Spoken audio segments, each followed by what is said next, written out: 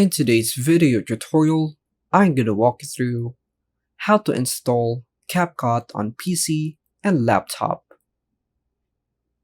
This process is quite straightforward, so please make sure to watch the entire video tutorial until the end. First and foremost, open your preferred web browser and search for Capcut Download Desktop. Select the appropriate site from the search results. On the website, locate the Download for Windows option and click on it. The download will initiate and you need to wait for it to complete.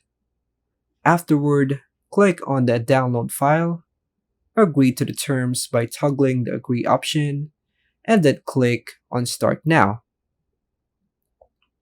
to begin the installation process.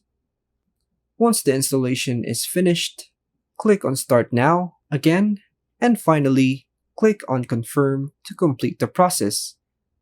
The application will be automatically prompted and ready to use. And that's all for now, folks. Thanks for watching.